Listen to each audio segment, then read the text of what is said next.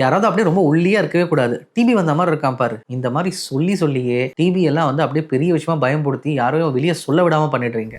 டிபின்றது டெஃபினட்டா நம்ம சொசைட்டில இருக்க ஒரு முக்கியமான இன்ஃபெக்ஷியஸ் டிசீஸ். அது ஈஸியா ஸ்ப்ரெட் ஆகக்கூடியது. ஏன்னா அது வந்து ஏர்போர்ன் டிசீஸ். காத்து மூலியமா ஸ்ப்ரெட் ஆகக்கூடியது. யாருக்காவது இருக்குன்னா அவங்க இருமுனாலோ, தும்முனாலோ இன்னொருத்தருக்கு வரதுக்கான சான்ஸ் நெறைய இருக்கு. அண்ட் மோஸ்ட்லி இது நம்மளோட லங்ஸ தான் ஃபர்ஸ்ட் அஃபெக்ட் பண்ணும். பட் அது மட்டும் இல்லாம மத்த ஆர்கன்ஸையும் டெஃபினட்டா போய் அஃபெக்ட் பண்ணும். டிபி இருக்கிறவங்களுக்கு என்ன சிம்ப்டம்ஸ் இருக்கும் அப்படின்னு பார்த்தீங்கன்னா, காஃப், அதாவது அந்த காஃப்லயே வந்து பிளட் எல்லாம் வரும். நைட்ல வந்து நிறைய அதிகமா ஃபீவர் இருக்கும், வேர்க்கும். அது இல்லாம சிக்னிஃபிகண்டா வெயிட் லாஸ் 10-15 கிலோ ஈஸியா குறைஞ்சிருப்பாங்க. ஸோ அந்த மாதிரிலாம் யாருக்காவது இருக்குன்னா அவங்கலாம் டிபி டெஸ்ட் பண்ணிக்கிறது ரொம்ப ரொம்ப ரொம்ப முக்கியம். அண்ட் ரேடியாலஜில ஜஸ்ட் ஒரு சிம்பிள் எக்ஸ்ரே, ஒரு சிடி டெஸ்ட் பண்றதுனாலே ஈஸியா அதை கண்டுபிடிச்சிடலாம். அண்ட் கவர்மெண்ட்ல கூட இதுக்கு ஃப்ரீயாவே பிளட் டெஸ்ட் அண்ட் ஃப்ரீ மெடிகேஷன்ஸே கொடுக்குறாங்க. ஒரு 6 to 9 months நம்ம எடுத்துக்கணும். ஒருவேளை நடுவுலயே இது 6 மாசத்துலயே நிறுத்திடுறது இல்ல ஒரு 5 மாசத்துல நிறுத்திடுறதெல்லாம் பண்ணா ட்ரக் ரெசிஸ்டன்ட் டிபி நம்மளுக்கு வந்துடும். அப்புறம் எந்த மாத்திரை எடுத்தாலும் அது ஒழுங்காவே சரியாகாது. ஸோ அதனால டிபியை எப்படி கம்ப்ளீட்டா ஒழிக்கிறது அப்படின்னா ப்ராப்பரா ஏர்லியா டயக்னோஸ் பண்ணணும். கொடுக்குற ட்ரீட்மெண்ட்டை 6 மாசம் 9 மாசம் கம்ப்ளீட்டா முடிக்கணும். அது இல்லாம ஒருவேளை நம்மளுக்கு வந்துருச்சுன்னா முடிஞ்ச அளவுக்கு எப்படி கோவிட்லாம் நம்ம மாஸ்க் போட்டுக்கிட்டோம், அது மாதிரி மாஸ்க்லாம் போட்டு